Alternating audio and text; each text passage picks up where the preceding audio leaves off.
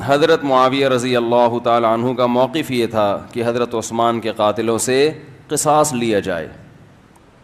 جب تک قصاص نہیں لیا جاتا حضرت علی کی خلافت کو ہم تسلیم نہیں کرتے، اور جب خلافت تسلیم ہی نہیں کی ہے تو ہمارا شمار باغیوں میں نہیں ہوگا.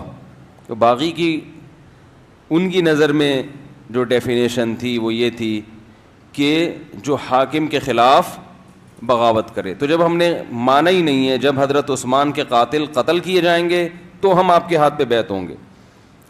دوسری طرف حضرت علی رضی اللہ تعالی عنہ تھے جن کا موقف یہ تھا کہ لوگ مجھے خلافت کے لیے منتخب کر چکے ہیں تو حضرت معاویہ کو بھی میرے ہاتھ پہ بیعت کر لینی چاہیے. تو حضرت علی رضی اللہ تعالی عنہ کا موقف درست تھا. از روئے شریعت قرآن و سنت کی روشنی میں حضرت معاویہ رضی اللہ تعالی عنہ سے اجتہادی غلطی ہوئی تھی، اس مسئلے میں اجتہادی غلطی ہوئی تھی.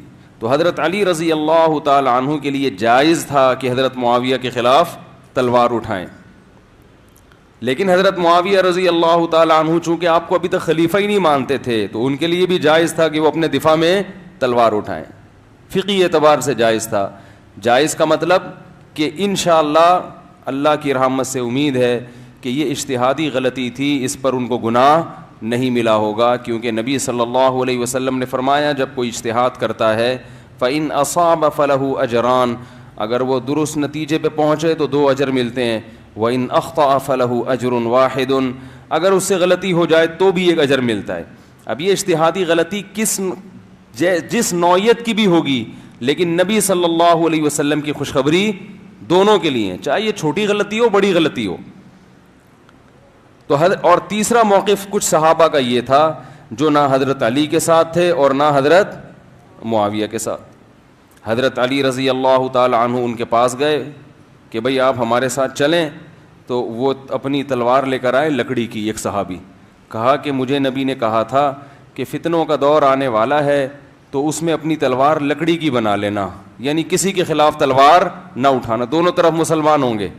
تو میں تو اگر آپ کہتے ہیں تو اسی تلوار سے چلتا ہوں. تو اب دیکھو یہ بھی صحابی رسول تھے، ان کا موقف یہ تھا کہ کسی کے خلاف تلوار نہیں اٹھائی جائے گی. تو اب تینوں میں سے صحیح تو ایک ہی ہے نا. اگر حضرت معاویہ کو معاذ اللہ اس میں معاذ اللہ مجرم قرار دیا جائے تو پھر ان صحابہ کو مجرم قرار دینا چاہیے جو دونوں میں سے کسی کی طرف نہیں تھے. ان کو تو کوئی بھی مجرم قرار نہیں دیتا، بلکہ ان کو یہ کہتے ہیں بھائی ان کا موقف یہ تھا ہم نے کسی کے خلاف نہیں لڑنا. حالانکہ جب حضرت علی کو خلیفہ مان لیا جائے تو حضرت علی رضی اللہ تعالی عنہ اگر کسی سے کہہ رہے ہیں کہ میرے ساتھ آ کے لڑو تو اس کی بات ماننا واجب ہے.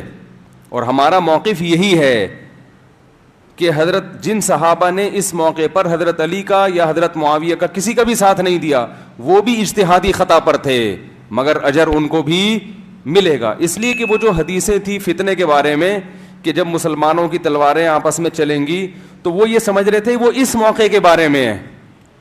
بات آ رہی ہے سمجھ میں؟ تو ہر شخص نے جو اس کو سمجھ میں آیا اس کے حساب سے اللہ کو راضی کرنے کی کوشش کی ہے ہر شخص نے. میدان صفین ہے،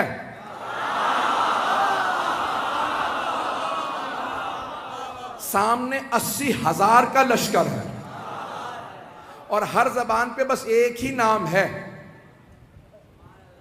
ہر آدمی ایک ہی سوال کر رہا ہے، حیدر کون ہے؟ اب میں جنگ سنانے والا ہوں. اللہ نے گرامی جب میں یقین مانیے جب میں جنگ پہ گشت کرتا ہوں تو خود جناب امیر سے توسل کر کے ممبر پہ آتا ہوں. مولا آپ کی جب شجاعت کو پیش کروں تو ہر آدمی محسوس کرے ہم آنکھوں سے دیکھ رہے ہیں. میدان سجا ہوا ہے، 80,000 کا شامیوں کا لشکر ہے، 80,000 کا شامیوں کا لشکر ہے. بڑے بڑے سورما اس میں موجود ہیں، اپنے طور پہ بڑے بڑے جنگجو بھی ہیں، شمشیر زن بھی ہیں، نیزہ باز بھی ہیں، بہت سے افراد تیر انداز بھی ہیں. ہر زبان پہ ایک ہی سوال ہے، حیدر کون سا؟ یہ جو سامنے 20,000 کی فوج ہے ان میں حیدر کون ہے؟ ہر آدمی بس شام سے آنے والا حیدر حیدر کر رہا تھا.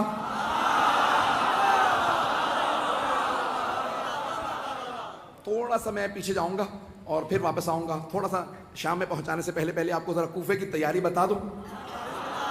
تو جناب امیر علیہ السلام نے کہا لشکر کا اعلان کر دو, سپہ سالار ہوں گے مالک اشتر.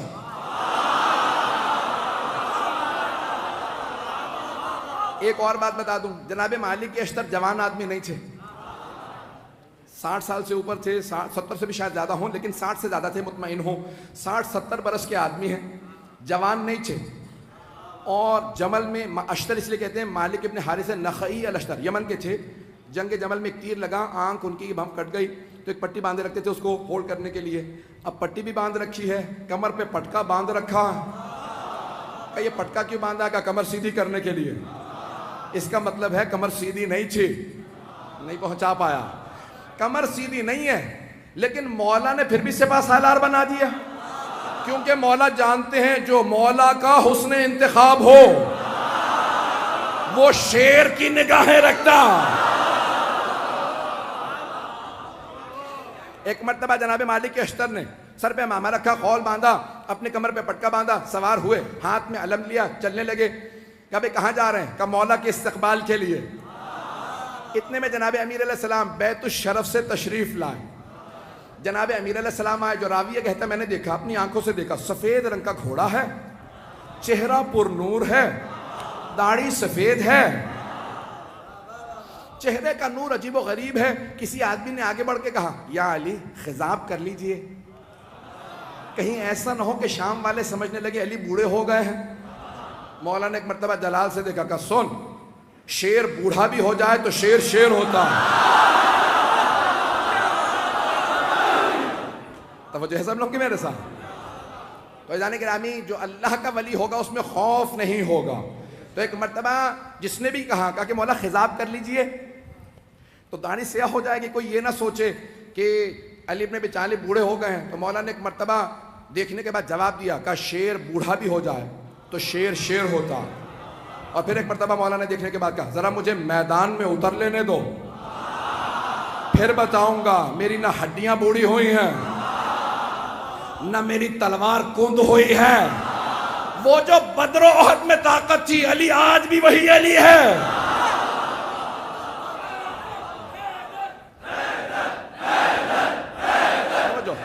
اب سارے من میں کی توجہ میرے ساتھ رہے گی, میں پورا خون جگر دے رہا ہوں. یقین مانے جتنی طاقت نہیں ہے وہ طاقت لگا رہا ہوں, اور آپ حضرات کی صرف عقیدتوں اور محبتوں کی خاطر سننا چاہیں گے نا سب حضرات. ایک مرتبہ جناب امیر نے کہا کہ شیر بوڑھا بھی ہو جائے تو شیر شیر ہوتا. تو اب راوی کہتا ہے میں نے دیکھا جناب امیر آئے, اپنے سفید رنگ کے گھوڑے پہ سوار ہوئے, لجام فرس میں ہاتھ ڈالا. گھوڑے کا معلوم تھا سوار کون ہے, میں اپنے انداز سے پیش کروں گا. گھوڑے کا معلوم ہے سوار کون ہے, بڑے خرامہ فخر کے ساتھ سر اٹھا کے چل رہا ہے. جانور جانتے تھے, نہیں پہنچا سکا. جانور جانتے تھے سوار کون ہے. تو اب اگر کوئی نہ پہچانے مولا کو تو پھر سمجھ لو جانوروں سے بدتر ہے. عزیزان گرامی, جناب امیر ایک مرتبہ اپنے ذوالجناح پہ سوار ہوئے, لجام فرس میں ہاتھ ڈالا. تو ایک مرتبہ راوی کہتا میں نے دیکھا جناب امیر نے گھوڑے کو ایڑ لگائی, چلنے لگے. کہ پیچھے دو طرف دو اور شہزادے تھے. کہ فیصلہ کرنا مشکل ہو رہا تھا خوبصورت زیادہ کون. کہ دونوں کے نام تھے حسن حسین, جن کے نام ہی حسن سے ہوں. کہا دونوں اپنے اپنے جگہ پہ, دونوں گھوڑوں پہ سوار ہیں. کہا یہ افراد سوار ہیں.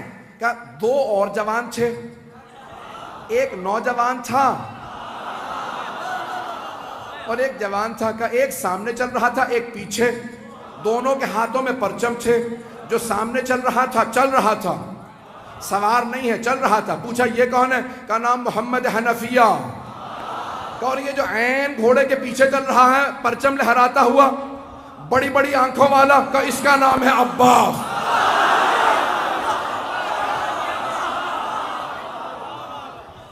ایک مرتبہ علی اپنے بیٹوں کے ساتھ چلے, ہیبت حیدر کرار تھی. سنیں گے نا حضرات, ہیبت حیدر کرار. مولا چلے کا صفین جانا ہے, پہنچے. 80,000 کا لشکر شام والا لے کے آیا. وہ خود میدان میں کہیں نظر نہیں آ رہا تھا. متبرہ میں کچھ نہیں پڑھوں گا. وہ خود میدان میں کہیں نظر نہیں آ رہا تھا. 80,000 کا لشکر تھا. تو عزیزان کرام ایک مرتبہ سارے کے سارے ایک ہی سوال کر رہے تھے، حیدر کون ہے، حیدر کون ہے؟ تو اب سب کے سب پریشان ہیں، حیدر کون؟ یہ حیدر ہی سے سب کو کیوں خوف ہے؟ تو یہ پتا چلا کہ جو اللہ کے ولی ہوتے ہیں، نہ صرف یہ کہ ان کے دل میں خوف نہیں ہوتا، ان کا خوف ہر کافر و منافق کے دل پہ ہوتا ہے۔ عزیزان کرام سارا مجمع چلتا رہے کسی طرح سے میرے ساتھ۔ تو ایک مرتبہ ہر آدمی سوال کر رہا تھا، حیدر کون ہے، حیدر کون ہے؟ کبھی آنے والے ایک مرتبہ جناب امیر علیہ السلام آئے نظارہ کرنے کے لیے، کہاں مولا آج آپ گھوڑے پہ سوار ہیں، ہر جنگ میں آپ زمین پہ لڑے ہیں، نہیں پہنچا پایا، ہر جنگ میں آپ زمین پہ لڑے ہیں، یہاں تک کہ حضرت محمد حنفیہ نے سوال کیا کہ بابا میدان جنگ میں آپ کو کہاں پاؤں گا؟ کہ بیٹا جہاں چھوڑ کے جاؤ گے وہیں پاؤ گے۔